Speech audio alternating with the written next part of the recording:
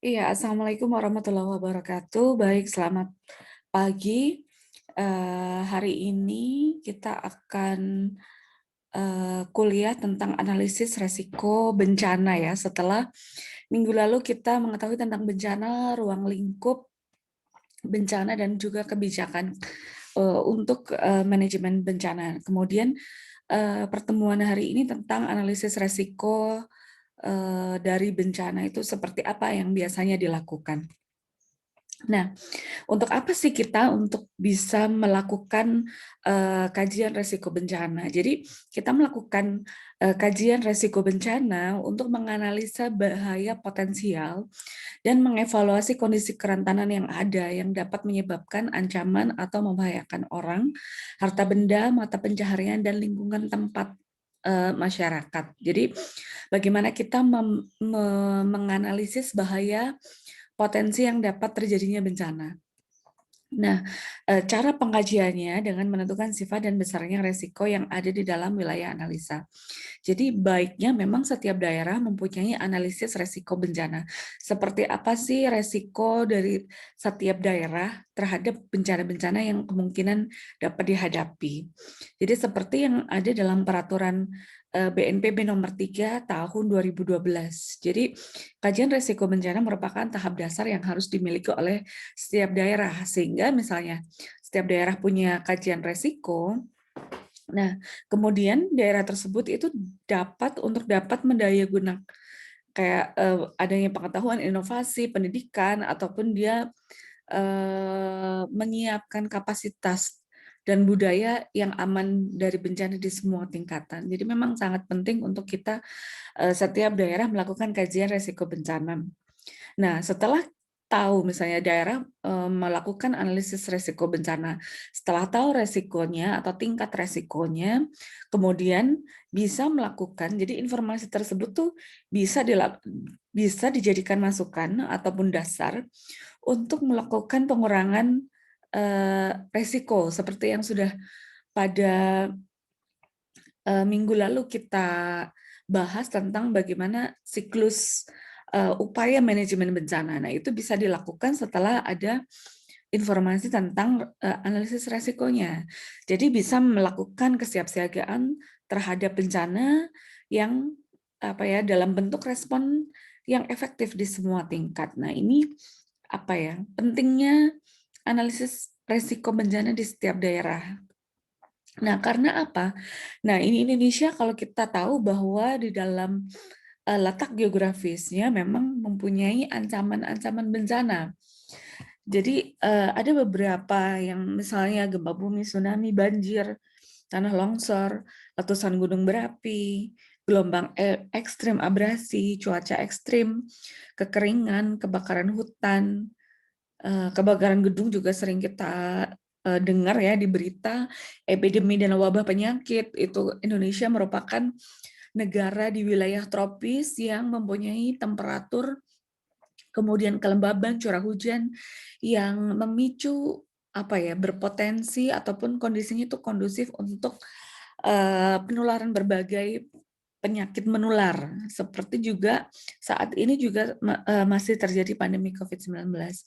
Kemudian ada gagal teknologi dan juga konflik sosial. Nah, ini juga yang sudah beberapa hal yang sudah kita bahas di minggu lalu terkait tipe-tipe bencana yang ada tipe bencana alam, non alam, kemudian ada juga pandemi ataupun adalah kondisi yang darurat. Nah, yang bisa menimbulkan ancaman yang melebihi kapasitas dari masyarakat untuk bisa menghandle suatu kejadian tersebut, sehingga akhirnya menjadi bencana. Nah, dalam pengkajian risiko bencana ada beberapa pendekatan yang bisa dilakukan ternyata ya. Kita misalnya suatu daerah akan melakukan analisis risiko bencana. Pendekatan apa yang bisa dilakukan? Yang pertama adalah pendekatan teknokratik. Jadi pendekatan teknokratik ini adalah pendekatan yang mengkaji berdasarkan profesionalitas sains atau ilmu pengetahuan ya. Jadi berdasarkan bukti-bukti ilmu pengetahuan dan juga kecanggihan alat-alat ukur yang diperlukan sehingga Resiko bencana dapat diukur menurut alat-alat sains yang ada dan menurut ahli di bidangnya. Jadi ini lebih ke arah scientific metode teknokratik yang lebih ke arah ke ilmu pengetahuan melalui metode-metode penelitian, kajian-kajian ilmiah. Nah, ini pendekatan analisis bencana secara teknokratik. Nah, tetapi pendekatan ini memiliki kelemahan karena fokusnya hanya pada ilmiah saja, tetapi tidak melibatkan partisipasi masyarakat dan stakeholder yang berhubungan dengan risiko bencana di wilayah analisa. Jadi ciri khas dari pendekatan teknokratik ini hanya berdasarkan analisa sains saja, tetapi tidak melibatkan masyarakat. Jadi bagaimana sih biasanya masyarakat itu punya informasi-informasi khusus tentang daerah itu, ataupun misalnya tokoh-tokoh masyarakat, tokoh-tokoh agama. Nah, bagaimana membangun kapasitas masyarakat itu pasti memerlukan informasi dari masyarakat tersebut. Kemudian yang kedua adalah pendekatan demokratik. Jadi beda dengan yang teknokratik. Kalau demokratik itu melibatkan masyarakat dan pilar-pilar stakeholder dalam melihat dan menentukan besarnya resiko bencana di wilayah terdampak. Nah, sama dengan yang tadi. Kalau ini hanya ke arah misalnya dengan melakukan fokus group discussion atau misalnya rembuk tokoh masyarakat gitu. Tetapi tidak melakukan kajian-kajian ilmiah. Jadi hanya berdasarkan informasi-informasi dari tokoh-tokoh masyarakat saja atau dari instansi-instansi saja. Ini pun kurang komprehensif karena tetap saja tidak ada dasar-dasar saintifik yang bisa mendukung dari informasi-informasi yang didapatkan dari tokoh-tokoh masyarakat tersebut. Nah, ini bedanya kalau teknokratik saintifik saja, kalau ini adalah dari masyarakat saja kalau untuk demokratik. Nah, yang paling bagus sebenarnya adalah pendekatan kolaboratif. Bagaimana pendekatan kolaboratif ini dia menggabungkan antara dua pendekatan tadi, ada pendekatan teknokratik dan pendekatan demokratik. Jadi keduanya digunakan untuk memaksimalkan aspek operasional pengajian risiko bencana. Jadi kalau seperti ini kan ada dua, jadi seperti yang di teknokratik, kita melakukan kajian-kajian secara ilmiah di satu daerah tertentu, yang kita analisis resikonya, kemudian kita juga mempertimbangkan informasi-informasi dari tokoh-tokoh masyarakat ataupun stakeholder instansi-instansi yang terkait, karena mereka juga punya informasi-informasi berharga yang sangat penting ketika menyusun suatu analisis resiko bencana ataupun tindak lanjut. Jadi hasil dari analisis kan harus ada tindak lanjutnya, harus seperti apa, upaya-upaya yang bisa dilakukan untuk bisa mengurangi atau meminimalisir resiko bencana tersebut. Nah, ini tadi ya, ada pendekatan teknokratik, demokratik, kemudian juga ada pendekatan kolaboratif. Nah, pengajian resiko itu juga ada beberapa hal yang dilakukan. Kalau tadi itu kan pendekatannya ya. Tetapi untuk pengajian resiko bencana bisa ada pengajian tingkat ancaman. Tingkat ancaman itu potensi ancaman suatu daerah seperti apa, kemudian pengajian tingkat kerentanan. Kalau kita ingat di pertemuan pertama, jadi ada hazard, ada ancaman, ada vulnerability atau kerentanan masyarakat. Nah, ini juga harus dianalisis kerentanan suatu daerah dan masyarakat di suatu daerah tertentu itu seperti apa. Kemudian pengkajian tingkat kapasitas. Kapasitas itu kayak sumber daya. Sumber daya dari suatu masyarakat untuk bisa menghandle suatu kejadian itu seperti apa tingkat kapasitas dari masyarakat ataupun potensi-potensi yang bisa dimanfaatkan untuk bisa didaya gunakan untuk menanggulangi bencana. Kemudian pengajian tingkat resiko bencana. Nah, setelah ada itu ada tingkat resiko bencananya itu dalam tingkat resiko yang seperti apa, rendah, sedang, tinggi gitu. Kemudian Kebijakan penanggulangan bencana itu biasanya berdasarkan hasil kajian dan peta risiko bencana. Sorry, ini sebenarnya 1, 2, 3, 4 ya. Ini 5-nya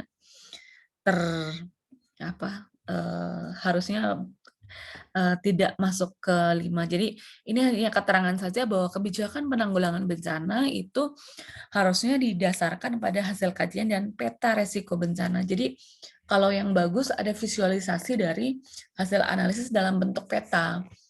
Jadi analisis ini juga bisa ditampilkan dengan teknologi, kalau kalian pernah dengar ada geografi information system. Jadi kayak ada suatu peta ditampilkan secara visual, analisis resikonya ini bisa ditampilkan dalam peta, sehingga akan lebih mudah dipahami hasil dari analisis resikonya.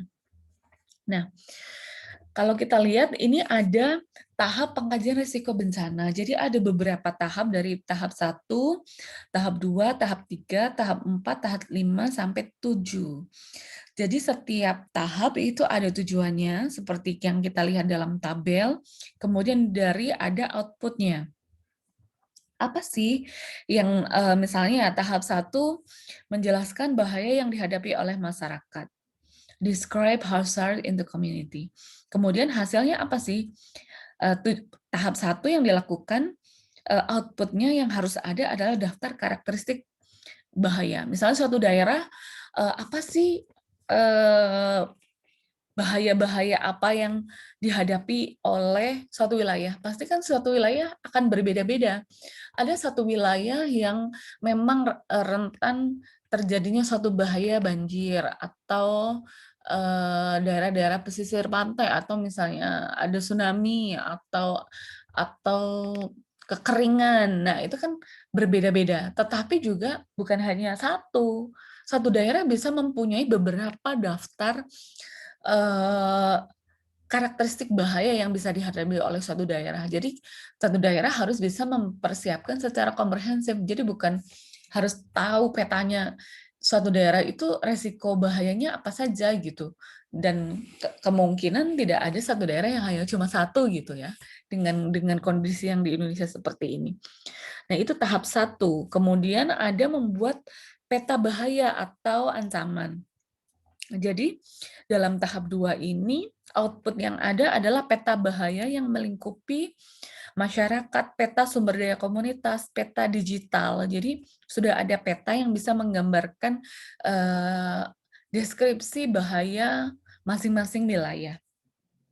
Kemudian tahap 3 itu tujuannya adalah menjelaskan kerentanan dan kemampuan masyarakat, perempuan dan laki-laki. Jadi analisis kerentanan dan kemampuan, capacity and vulnerability analysis. Jadi memang harus kayak berapa sih jumlah penduduk laki-laki, perempuan, lansia, anak-anak, itu penting bahwa untuk bisa kita punya gambaran bagaimana kita menyusun bahwa oh kapasitas masyarakatnya seperti apa, petanya masyarakat di daerah itu seperti apa, ataupun misalnya ditambahi dengan pendidikannya rata-rata bagaimana, pekerjaannya apa, itu juga penting untuk ada informasi dasar ketika kita akan membangun suatu kapasitas masyarakat untuk menyiapkan diri terhadap bencana.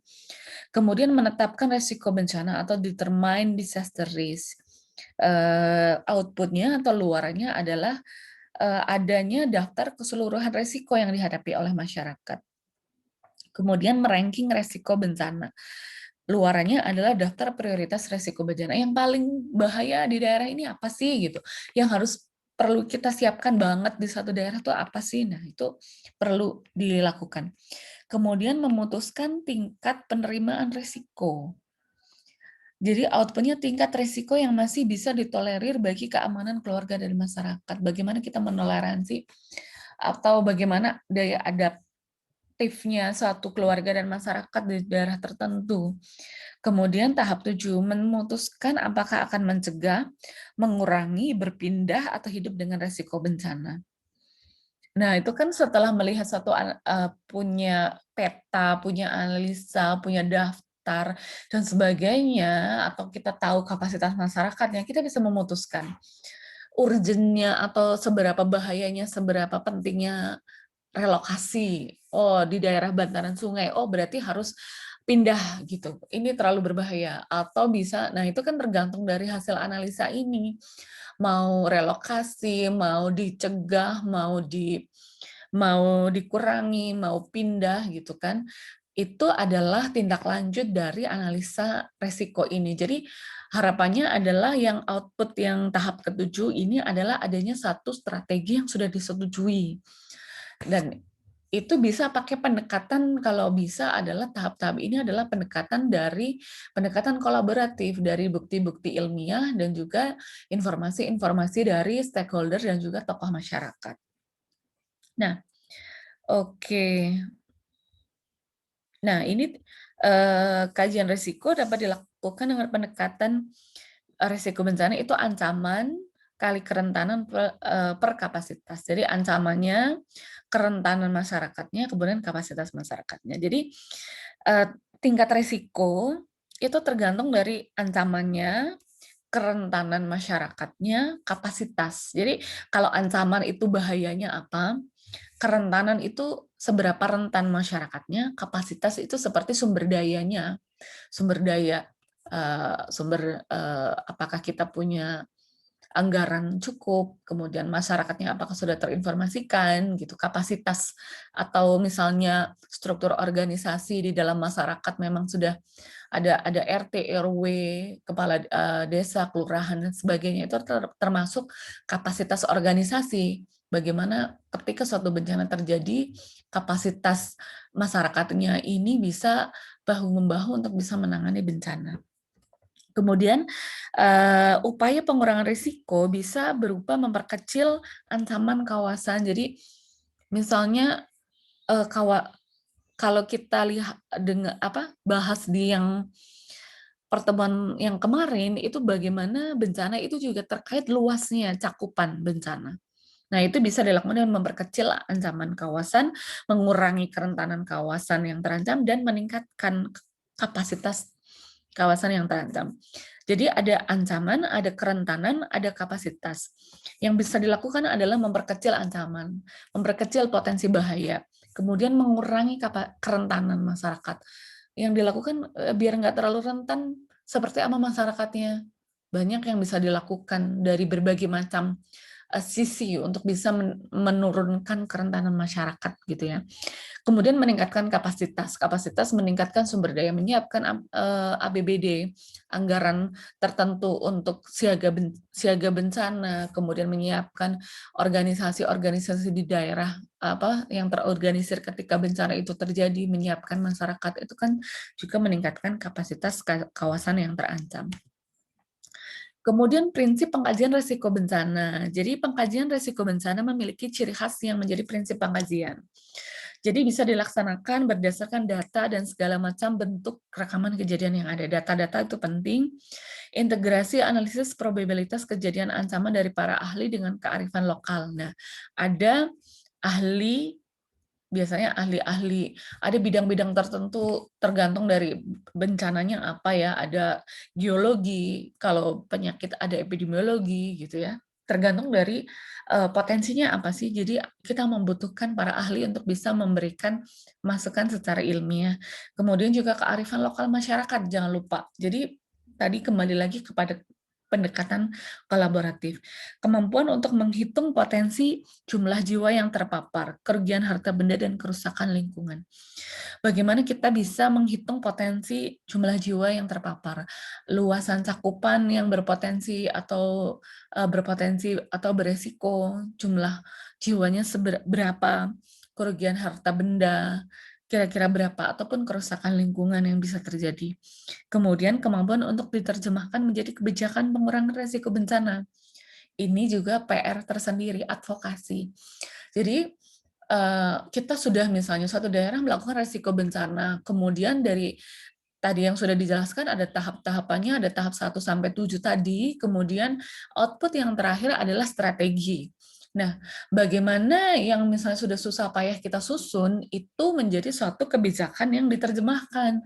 Artinya kalau kita cuma hanya melakukan analisis risiko saja, dan berakhir di situ ya nggak akan ada manfaatnya. Tetapi manfaat itu ketika analisis resiko bencana yang sudah dilakukan itu diimplementasikan.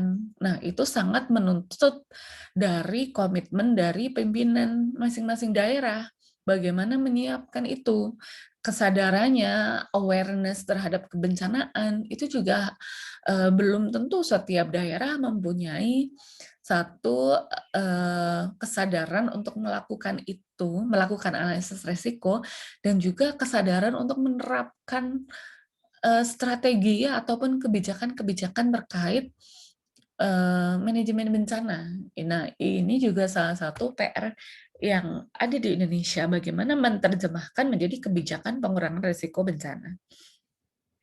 Nah, kemudian metode umumnya. Nah, komponen pengkajian risiko bencana terjadi kan tadi ada ancaman, ada kerentanan, ada kapasitas. Nah, ini yang menghitung potensi jiwa yang terpapar, kerugian harta benda, dan kerusakan lingkungan yang tadi sudah dijelaskan.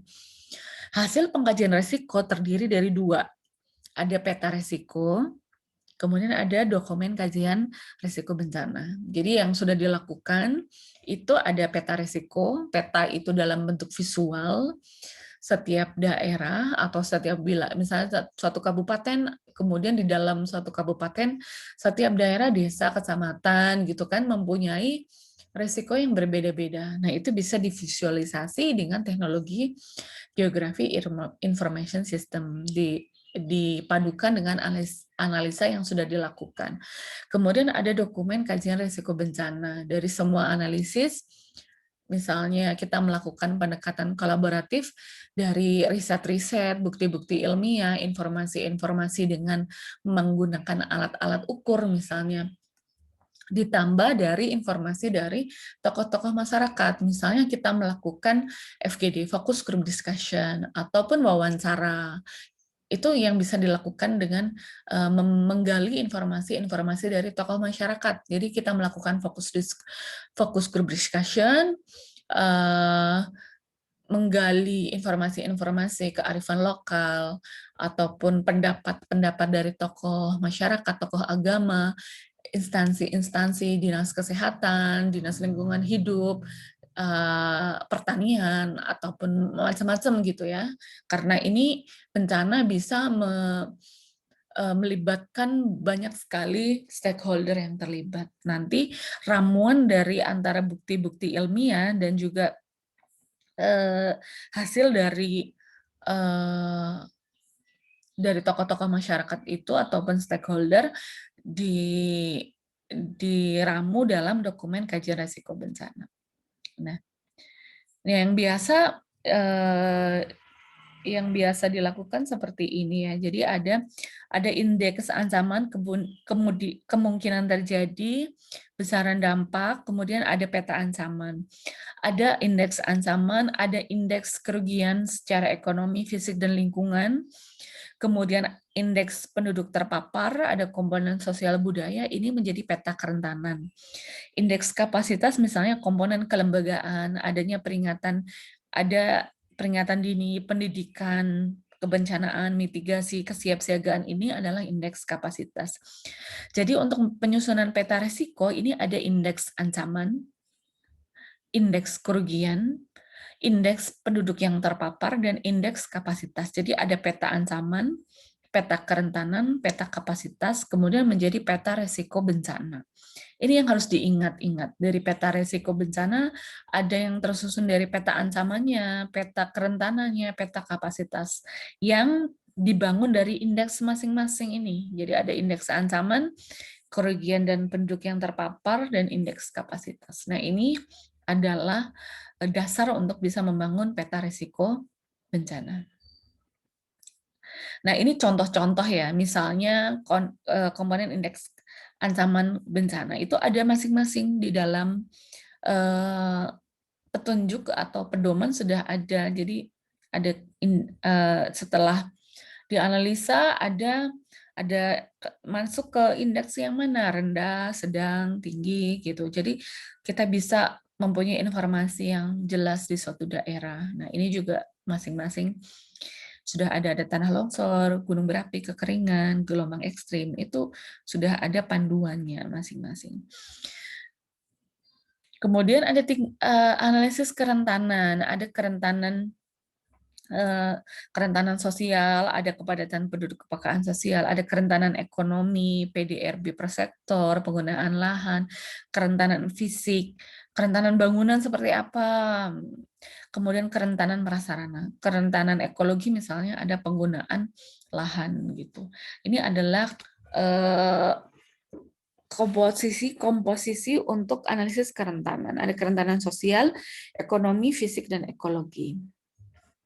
Nah, tingkat ketahanan. Jadi setelah ada kerentanan juga ada ketahanan. Nah, berdasarkan pengukuran indikator pencapaian ketahanan bisa menjadi ada 5 tingkatan. Ada level 1, 2, 3 sampai 5. Jadi ketahanan suatu daerah itu bisa dalam level berapa. Jadi misalnya pada level 1, daerah telah memiliki pencapaian-pencapaian kecil dalam upaya pengurangan risiko bencana dengan melaksanakan beberapa tindakan maju dalam rencana-rencana ataupun kebijakan. Ini kan ada kata kuncinya adalah pencapaian-pencapaian kecil, melaksanakan beberapa tindakan maju dalam rencana atau kebijakan. Kalau yang level kedua, daerah telah melaksanakan beberapa tindakan pengurangan risiko bencana dengan pencapaian yang masih bersifat sporadis. Sporadis itu belum reguler, jadi masih ya kadang iya, yang disebabkan belum adanya komitmen kelembagaan yang sistematis. Jadi masih sudah melakukan tetapi belum teratur. Kemudian level 3, komitmen pemerintah dan beberapa komunitas terkait pengurangan risiko bencana suatu daerah telah tercapai dan didukung oleh kebijakan yang sistematis, namun capaian yang diperoleh dengan komitmen dan kebijakan tersebut dinilai belum menyeluruh sehingga masih belum cukup berarti untuk mengurangi dampak negatif dari bencana. Jadi kata kuncinya di level ketiga sudah dilakukan, kebijakannya sistematis, tapi capaian yang diperoleh itu belum menyeluruh. Itu ya di level yang ketiga. Level keempat, dengan dukungan komitmen serta kebijakan yang menyeluruh dalam pengurangan risiko bencana di suatu daerah, telah memperoleh capaian-capaian yang berhasil. Namun diakui ada keterbatasan dalam komitmen sumber daya finansial ataupun kapasitas operasional. Jadi level 4 itu lebih bagus lagi, sudah ada kebijakan yang menyeluruh. Yang paling bagus adalah level keempat. Capaian komprehensif telah dicapai dengan komitmen dan kapasitas yang memadai di semua tingkat komunitas dan jenjang pemerintahan. Jadi yang level terendah ada level 1, 2, 3, 4, dan 5. Jadi ada yang masih hanya kecil-kecil, masih sporadis, sudah ada tapi belum sistematis, kemudian sistematis tapi belum menyeluruh. Nah, itu ada level-level tertentu terkait ketahanan suatu daerah. Nah, itu ya, jadi yang bisa saya sampaikan, analisis resiko itu pentingnya apa, kemudian tahapan-tahapan analisis resiko, sampai peta risiko bencana, dokumen kajian bencana, kemudian sampai ke dalam tahapan-tahapan ketahanan daerah yang terbagi menjadi level 1 sampai 5. Jadi itu saja mungkin sedikit yang bisa saya sampaikan untuk terkait analisis risiko bencana. Jadi ini saja yang bisa saya sampaikan hari ini. Terima kasih. Mudah-mudahan ada informasi yang bisa berguna pada pertemuan hari ini. Terima kasih. Assalamualaikum warahmatullahi wabarakatuh.